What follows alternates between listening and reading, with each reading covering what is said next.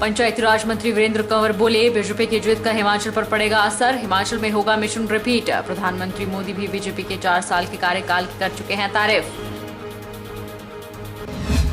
रामपुर में जिला प्रशासन द्वारा एक अनूठी पहल की गई शुरू। हमारा बुशहर वैभवशाली और परोपकारी बुशहर अभियान का हुआ शुभारंभ। मुहिम के तहत किए जाएंगे सेवार्थ और सहयोग के कार्य। कोरोना का इलाज माने जाने वाले हिमालय पौधे से पहाड़ गुलजार। औषधीय गुणों से भरपूर बुरास का फूल पहुंचा बाजार। चटनी जूस के अलावा बुरास का दवाओं के रूप में होता है प्रयोग। और मंडी के पटल मैदान में लोग जमकर कर रहे हैं खरीदारी। पटल मैदान में 25 मार्च तक सज रही दुकानें। व्यापारी वर्ग का कहना, नहीं बिक रहा माल, प्लॉट भी महंगे। नमस्कार, आप देख रहे हैं एचपी 24/7। मैं हूं जनीशा।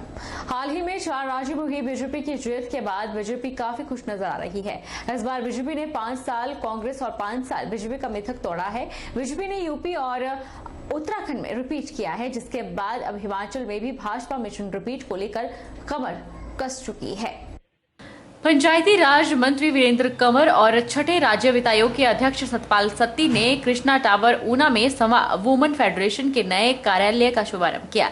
इस अवसर पर ग्रामीण विकास एवं पंचायती राज मंत्री वीरेंद्र कंवर ने फेडरेशन का नया कार्यालय खुलने पर बधाई दी और कहा कि समा फेडरेशन गांव में काम कर रही है और फेडरेशन के साथ आज 1050 समूह जुड़े हुए हैं। उन्होंने कहा कि देश की प्रगति में महिलाओं की बड़ी भूमिका है और फेडरेशन महिला सशक्तिकरण के लिए महत्वपूर्ण कार्य कर रही है, जिससे समाज को लाभ मिल रहा है।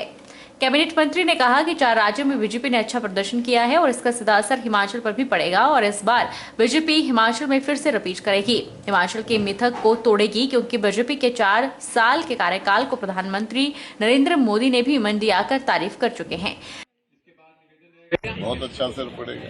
भारतीय जनता पार्टी का जो मिशन रिपीट उत्तर प्रदेश से और 4 राज्यों से शुरू हुआ है, तो निश्चित रूप से मोदी जी मंडी आए थे, उन्होंने हिमाचल प्रदेश सरकार की पीठ थपथपाई थी कि 4 वर्षों के अंदर यहाँ की ढेर सारी उपलब्धियां हैं और ये हिमाचल शिखर की तरफ आगे बढ़ रहा है। भारतीय जनता पार्टी में ये और शिखर तक जाए, इसके लिए दोबारा से हिमाचल में भारतीय जनता पार्टी की सरकार आनी चाहिए।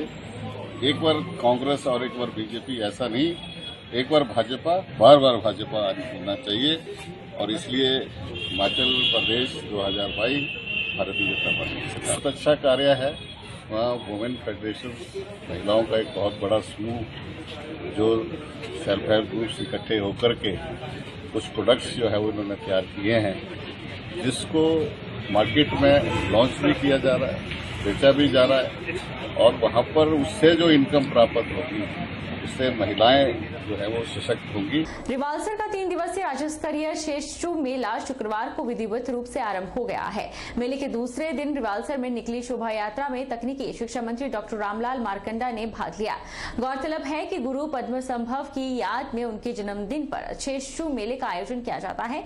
यह मेला बौद्ध अनुयायियों का बड़ा त्योहार है, जिसमें देश दुनिया से हजारों बौद्ध अनुयायी भाग लेते हैं।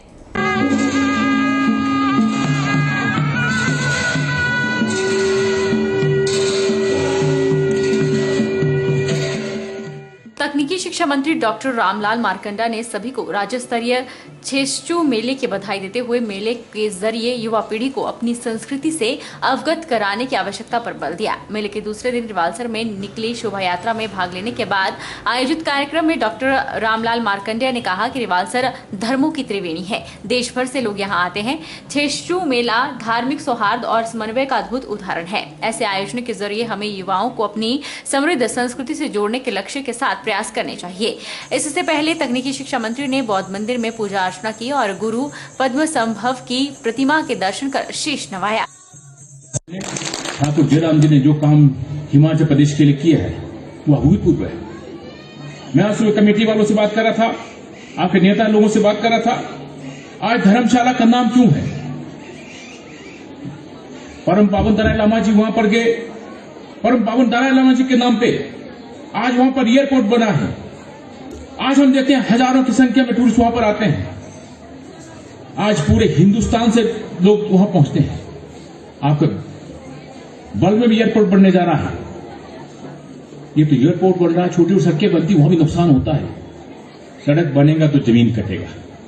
सुविधा चाहिए हमें। मेरा यह मानना है निश्चित तौर पर माननीय मुख्यमंत्री महोदय ने कहा है कि हम हिमाचल प्रदेश के अंदर एक बहुत बड़ा एयरपोर्ट बनने जा रहा है।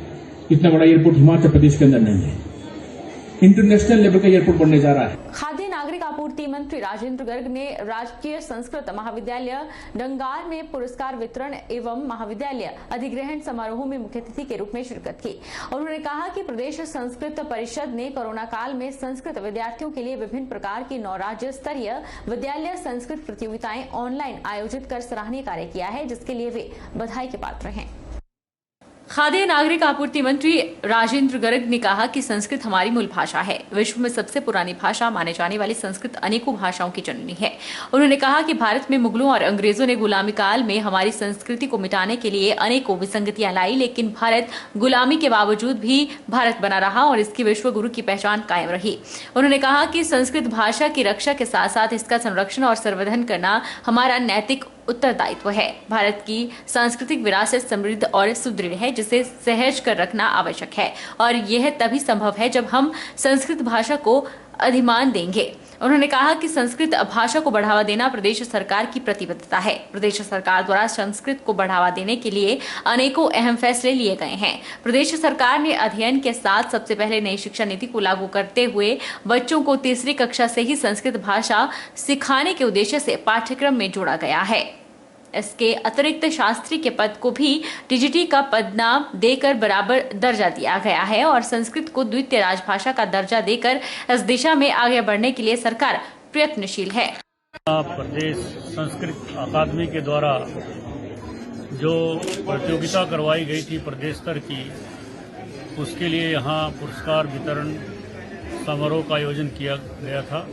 यहाँ डंगार स्थित संस्कृत महाविद्यालय के अंदर आयोजित इस कार्यक्रम में हमारे संस्कृत अकादमी के डायरेक्टर श्री पंकज जलैली जी भी विशेष रूप से उपस्थित रहे और मैं इन सभी विद्यार्थियों को जिन्होंने इस प्रतियोगिता में भाग लिया उन सबको बहुत बहुत बधाई देता हूं और शुभकामनाएं देता हूं। हमारी सरकार प्रदेश के अंदर हमारी संस्कृत भाषा को सुदृढ़ करने के लिए विशेष प्रयास कर रही है, जिसके लिए हम मुख्यमंत्री श्री जयराम ठाकुर जी का बहुत बहुत आभार व्यक्त करते हैं।